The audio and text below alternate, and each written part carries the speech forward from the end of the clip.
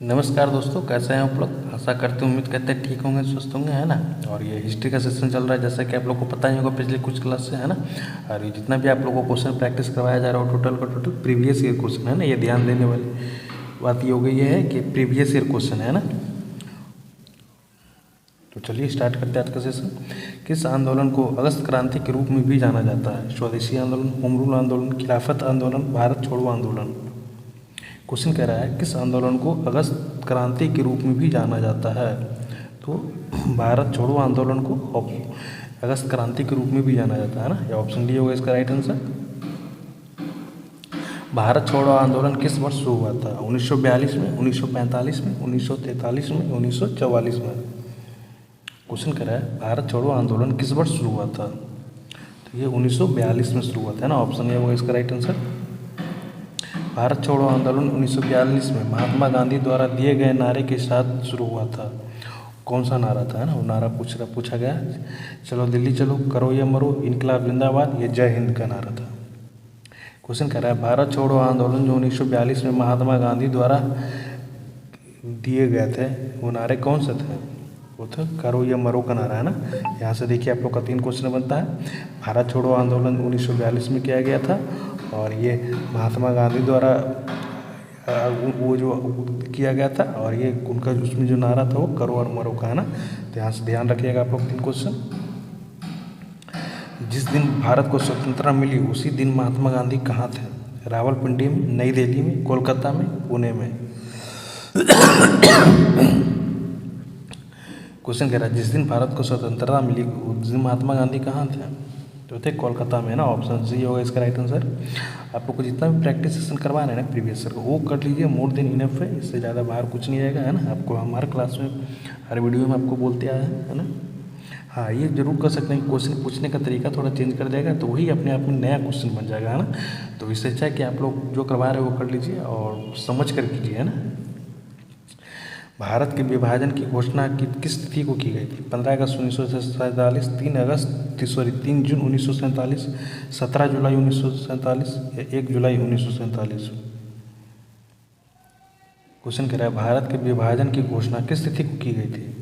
तो किया गया था 3 जून 1947 को, है ना। ऑप्शन बी होगा इसका राइट आंसर। याद रखिएगा, है ना।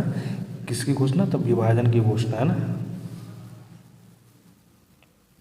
15 अगस्त 1947 को भारत को मिली स्वतंत्रता का क्या समय था? सुबह में था, मध्य रात था, मध्य शाम था, आधी रात था या दोपहर के समय था? क्वेश्चन कह रहा है जब 15 अगस्त 1947 को भारत की स्वतंत्रता मिल रहा था तो उसमें समय क्या था? तो उसमें था आधी रात, है ना। 12 पार बज हो चुका था ना। और उसका कथन था हिस्ट्री विद डेस्टिन भाषण, है ना। आधी रात को जो दिया गया था जवाहरलाल नेहरू के द्वारा। ब्रिटिश सरकार भारत को स्वतंत्रता देने के लिए कब सहमत हुई थी? 1944 में, 1945 में, 1946 में या 1947 में?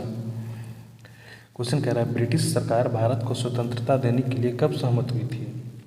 तो 1946 में सहमत हुई, है ना। ऑप्शन सी होगा इसका राइट आंसर। भारत कब एक संप्रभु गणराज्य बना? 15 अगस्त 1950, 26 अगस्त 1947, 26 जनवरी 1950 या 26 जनवरी 1948? क्वेश्चन कह रहा है भारत एक संप्रभु गणराज्य कब बना? तो बना था 26 जनवरी 1950 को, है ना। इस दिन क्या हुआ था? तो संविधान लागू हुआ था, है ना।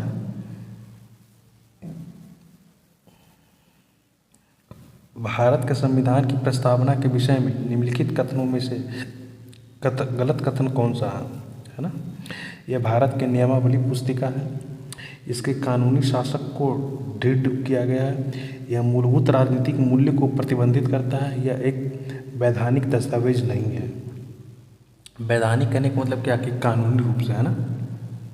क्वेश्चन कह रहा है भारत के संविधान की प्रस्तावना के विषय में निम्नलिखित में से गलत कथन कौन सा है? तो भाई यह भारत का एक नियमावली पुस्तक है, ये बात भी सही है, नियम से बनाया गया है ना। इसे कानूनी शासन को दृढ़ता दिया गया है ना, ये भी बात सही है। यह मूलभूत राजनीतिक मूल्य को प्रतिबंधित किया गया है ना, किया गया है, और ये एक वैधानिक व्यवस्था नहीं है। बिल्कुल ये क्वेश्चन गलत है ना। ऑप्शन डी हो जाएगा इसका राइट आंसर। इसलिए से हो कि एक क्वेश्चन गलत है, ये बिल्कुल ही एक वैधानिक दस्तावेज है ना। यहाँ पर नहीं किया हुआ इसलिए गलत हो गया। भारतीय इतिहास के संदर्भ में द्वैध शासन सिद्धांत किसे निर्देशित करता है? केंद्रीय विधानमंडल का दोनों सदनों में विभाजन, दो सरकारें यथार्थ केंद्र और राज्य सरकारों का अस्तित्व, दो शासक, एक लंदन में और दूसरी दिल्ली में होना, प्रांतों के प्रशासनिक विषय के दो भागों का विभाजन। क्वेश्चन कह रहा है भारतीय इतिहास के संदर्भ में द्वैध शासन सिद्धांत किसे निर्देश करता है? तो इसका मतलब हुआ कि प्रांतों के प्रशासनिक विषय के दो भागों में विभाजन, है ना। ऑप्शन डी होगा इसका राइट आंसर, है ना। क्वेश्चन को ध्यान से लिखिएगा, काफी इंपॉर्टेंट क्वेश्चन है।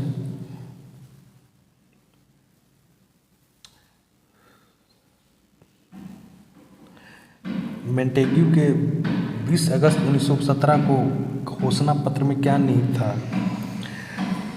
प्रशासन की प्रत्येक शाखा में भारतीय की भागीदारी, बढ़ती भागीदारी, स्वशासी संस्थाओं के क्रमिक विकास, ब्रिटिश साम्राज्य के स्वतंत्र उत्तरदायी सरकार के गठन, इस नीति की उत्तरवर्ती चरणों का विकास, है ना। नीचे दिया हुआ ऑप्शन केवल 1, 2, 3 या 2 या 4 सही होगा, या 1, 2, 4 सही होगा, या 1, 2, 3, 4 सभी सही होगा, है ना।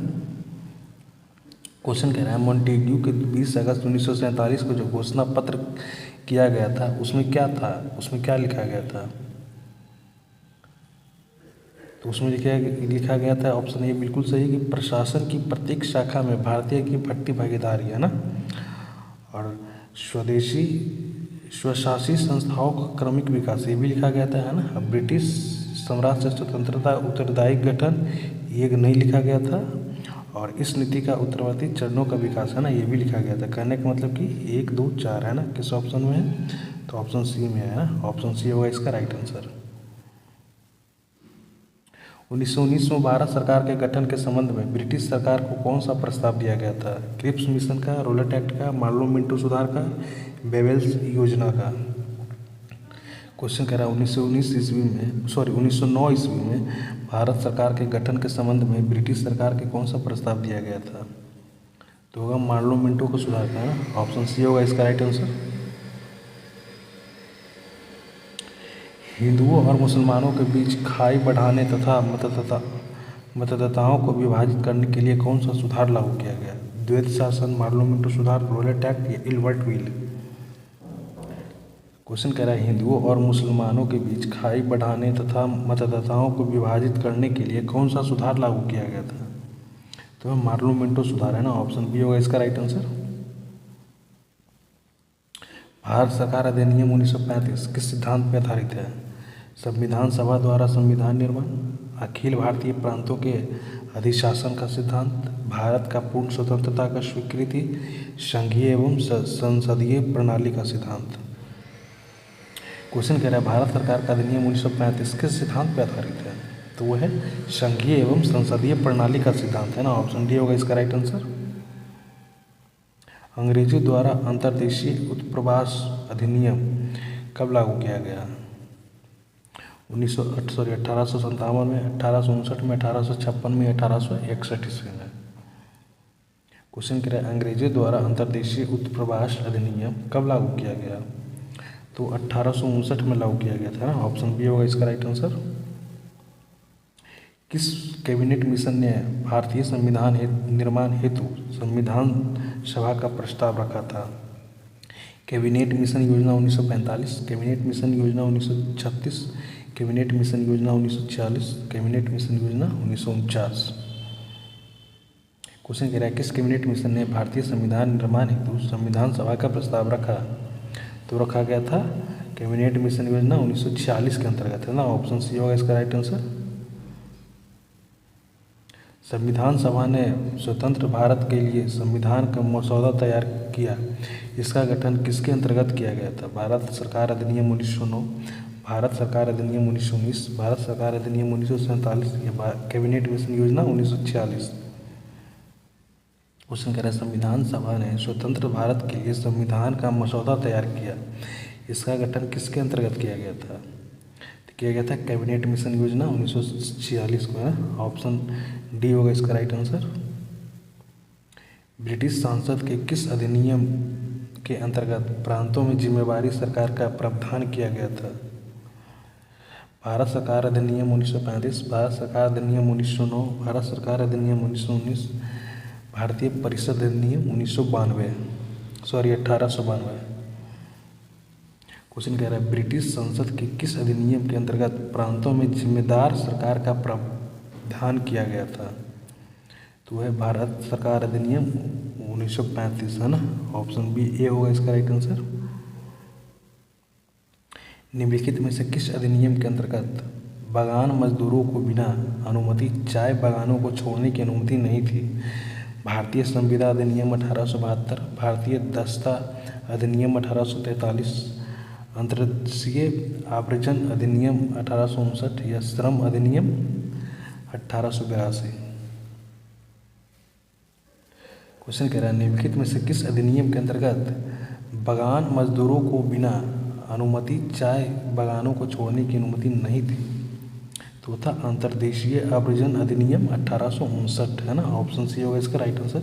और ये सेशन तो जो करवा रहे हैं ना मस्ट इम्पोर्टेंट है, मोर देन इम्पोर्टेंट तो सभी सेशन है, लेकिन उनमें से ये सबसे ज़्यादा इम्पोर्टेंट है ना ये सेशन। 1919 के अधिनियम की उपयोगिता सबसे अधिक विरोध किस दल ने किया था? Muslim League, Justice Party, Swaraj Party, Deccan सभा।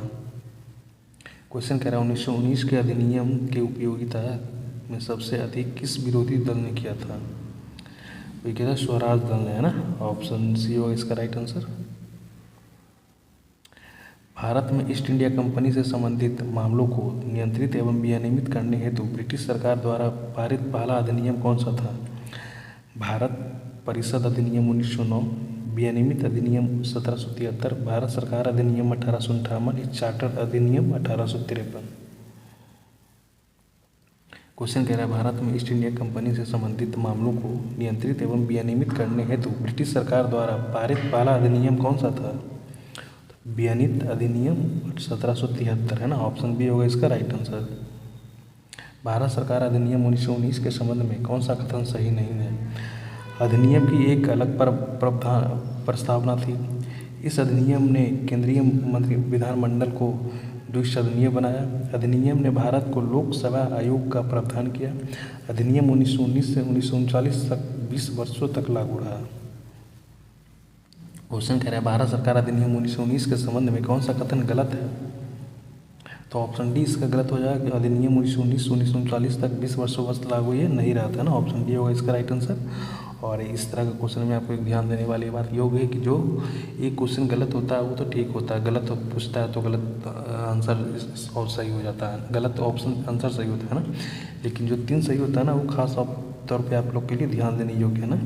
जैसे कि अधिनियम की एक अलग प्रस्तावना थी, बात बिल्कुल सही है और ये भी आप लोग को ध्यान में देखना है। इस अधिनियम ने केंद्रीय विधानमंडल को द्विसदनीय बनाया, बिल्कुल सही है, ये भी आप लोग को ध्यान में रखना है। अधिनियम भारत को लोक सेवा आयोग का प्रावधान किया है ना, ये भी आपको देखना है। तो किसके अधिनियम? तो 1919 के अंतर्गत है ना, ये भी आपको ध्यान में रखना है।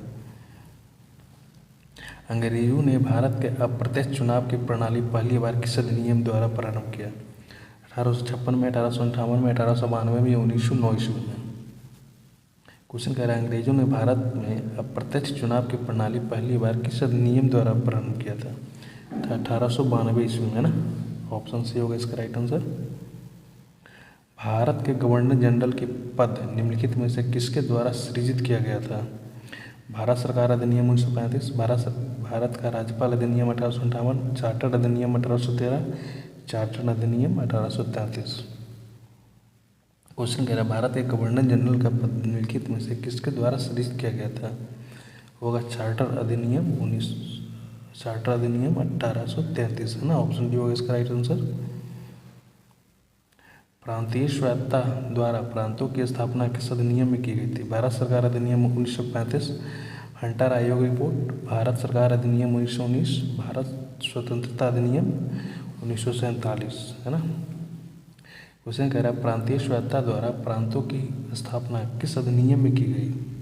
क्या कहता है? भारत सरकार अधिनियम 1935, है ना। ऑप्शन ए होगा इसका राइट आंसर। ब्रिटिश भारत में पार्लियामेंटो सुधार किस वर्ष लागू किए गए थे? 1919 में, 1909 में, 1929 में, 1939 में। क्वेश्चन कह रहा है ब्रिटिश भारत में पार्लियामेंटो सुधार कब किस वर्ष लागू किया गया? होगा 1919 में, है ना। ये जो डेटाबेस जो क्वेश्चन आता है ना, वो आप लोग को मस्ट इम्पोर्टेंट ध्यान देने योग्य है ना।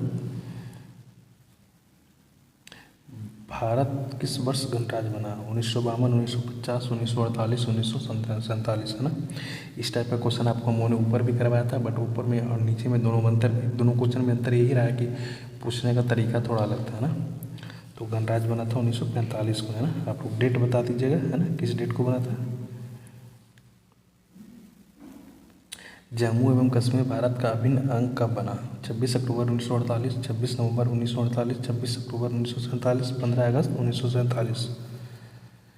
क्वेश्चन कह रहा है जम्मू एवं कश्मीर भारत का अभिन्न अंग कब बना? तो वो बना था 26 अक्टूबर 1947 को, है ना। ऑप्शन सी होगा इसका राइट आंसर। निम्नलिखित कथनों पर विचार कीजिए। रॉबर्ट क्लाइव बंगाल के प्रथम गवर्नर जनरल थे। विलियम बेंटिंक भारत के प्रथम गवर्नर जनरल थे।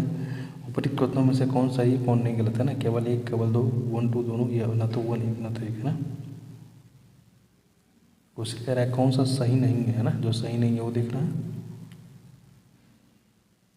तो रॉबर्ट क्लाइव प्रथम कमाल के गवर्नर जनरल थे, ये तो बात बिल्कुल सही है ना, बात बिल्कुल सही है। विलियम बेंटिंक भारत के प्रथम गवर्नर जनरल थे, ये गलत है ना। कहने का मतलब कि ऑप्शन बी हो जाएगा गलत, है ना। क्योंकि ऑप्शन बी गलत पूछ रहा है, तो ऑप्शन बी गलत है, बाकी ये सही है ना। भारत के किस गवर्नर जनरल के कार्यकाल में कलकत्ता, बम्बई और मद्रास विश्वविद्यालय की स्थापना की गई? Lord William Bentinck, Lord Dalhousie, Lord Canning, Lord Elgin. Question कह रहा है भारत के किस गवर्नर जनरल के कार्यकाल में कोलकाता, बम्बई और मद्रास विश्वविद्यालय की स्थापना की गई थी? तो क्या था? लॉर्ड कैनिंग के समय में, है ना। ऑप्शन बी होगा इसका राइट आंसर। याद रखिए, कोलकाता, बम्बई और मद्रास, है ना। निम्नलिखित में से कौन से सामाजिक सुधार विलियम बेंटिंक द्वारा प्रारंभ किए गए थे? सती प्रथा उन्मूलन, दास प्रथा उन्मूलन, धन परिवर्तन के कारण अयोग्यता प्रबंधन को हटाना, ठगों को संगठित गिरोह का दमन। इसे दिया हुआ आप लोग देख के बता सकते हैं ना। केवल एक और दो, 1 2 4, 1 2 4 या 1 2 3 4। क्वेश्चन कह रहा है निम्नलिखित में से कौन सा सामाजिक सुधार विलियम बेंटिंक द्वारा प्रारंभ किए गए थे? तो मेरा किया गया था, जो किया गया था आप लोग का, एक हो जाएगा सती प्रथा, सॉरी, वो किया गया था आपका सती प्रथा का, और धर्म प्रथा हो जाएगा, है ना। और ठाकुर को संगठित करना, है ना। कहने का मतलब कि 1 3 और 4, है ना। ऑप्शन बी होगा इसका राइट आंसर, है ना। सती प्रथा और धर्म परिवर्तन के कारण अयोग्य प्रावधान को हटाना और ठाकुर को संगठित गिरोह का दमन, है ना। निम्नलिखित कथनों पर विचार कीजिए। लॉर्ड डलहौजी ने ईस्ट इंडिया कंपनी के कर्मचारी के निजी व्यापार को पूर्णतः समाप्त कर दिया। लॉर्ड बेरेलजी ने सदर निजामत अदालत को मुर्शिदाबाद से कोलकाता स्थानांतरित किया। उपरोक्त में से कथन सही है? कौन सा कथन सही है? जो कथन सही है वो आप लोग को बोलना है ना। क्वेश्चन कह रहा है निम्नलिखित कथनों पर विचार कीजिए। लॉर्ड डलहौजी ने ईस्ट इंडिया कंपनी के कर्मचारी को निजी व्यापार को पूर्णतः समाप्त कर दिया।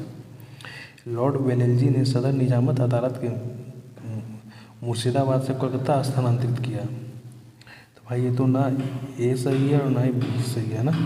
ऑप्शन डी हो जाएगा इसका राइट आंसर। दोनों सही नहीं है ना। दिल्ली दरबार के समय भारत का वायसराय कौन था? Lord Ripon, Lord Lytton, Lord Lawrence, Lord Northbrook. Question कह रहा है दिल्ली दरबार के समय भारत का वायसराय कौन था? तो लॉर्ड लिटन, है ना। ऑप्शन बी होगा इसका राइट आंसर। नीचे दिए गए गुट के आधार पर गवर्नर जनरल एवं वायसराय का सही कालक्रम निर्धारित किए गए, आपको बताना है ना। Lord Canning, Lord Mayo, Lord Lawrence, Lord Ripon दिया हुआ है, आपको कालक्रम बताना है ना। तो इसका आंसर हो जाएगा सी, है ना। ए डी सी बी, है ना। आप लोग देख लीजिएगा, है ना। आपको आंसर हम हिट कर दिए। देशी राज्यों के साथ संबंधों में सर्वोच्च की शक्ति को स्पष्ट रूप से किसके परिभाषित किया है? Lord Mayo, Lord Salisbury, Lord Lytton, Lord Curzon. Question कह रहा है देशी राज्यों के साथ संबंधों में सर्वोच्च की शक्ति को स्पष्ट रूप से किसने परिभाषित किया था? वो था लॉर्ड कर्जन, है ना। ऑप्शन डी होगा इसका राइट आंसर। और आज का सेशन यहीं पे समाप्त करते हैं। आप लोग कमेंट करके बताइएगा 35 में से कितना का क्वेश्चन सही हुआ है ना। और जाते जाते फिर एक बात आप लोग को दोहरा देना चाहते हैं कि भाई हम जो करवा रहे हैं ना वो कर लीजिए। जीके जीएस के लिए आपको कहीं नहीं जाना पड़ेगा, मेरे ऊपर विश्वास रखिए। ये टोटल का टोटल आपका प्रीवियस ईयर है और एग्जाम में कुछ नया नहीं आता, टोटल जो आता है प्रीवियस क्वेश्चन ही आता है ना। तो हम तुम तो ही कहेंगे जो करवा रहे हो कर लीजिए, मोर द इनफ है। हाँ, एक बात जरूर कहेंगे कि आप जो करवा रहे हो उस क्वेश्चन को समझ के कीजिए ना। एक्चुअली होता क्या है ना कि एग्जामिनर एग्जाम में क्वेश्चन को जस्ट पूछा गया क्वेश्चन को ही थोड़ा सा घुमा देगा, थोड़ा सा क्वेश्चन पूछने का तरीका चेंज कर देगा, तो आप लोग रट कर जाते हैं, तो लगता है नया क्वेश्चन है। नया कुछ नहीं होता, बस टोटल का प्रीवियस क्वेश्चन होता है ना, जो आपको हम आप लोगों के लिए हम अवेलेबल करवा रहे हैं ना। तो ठीक है, मिलते हैं अगले सेशन में, तब तक के लिए थैंक यू।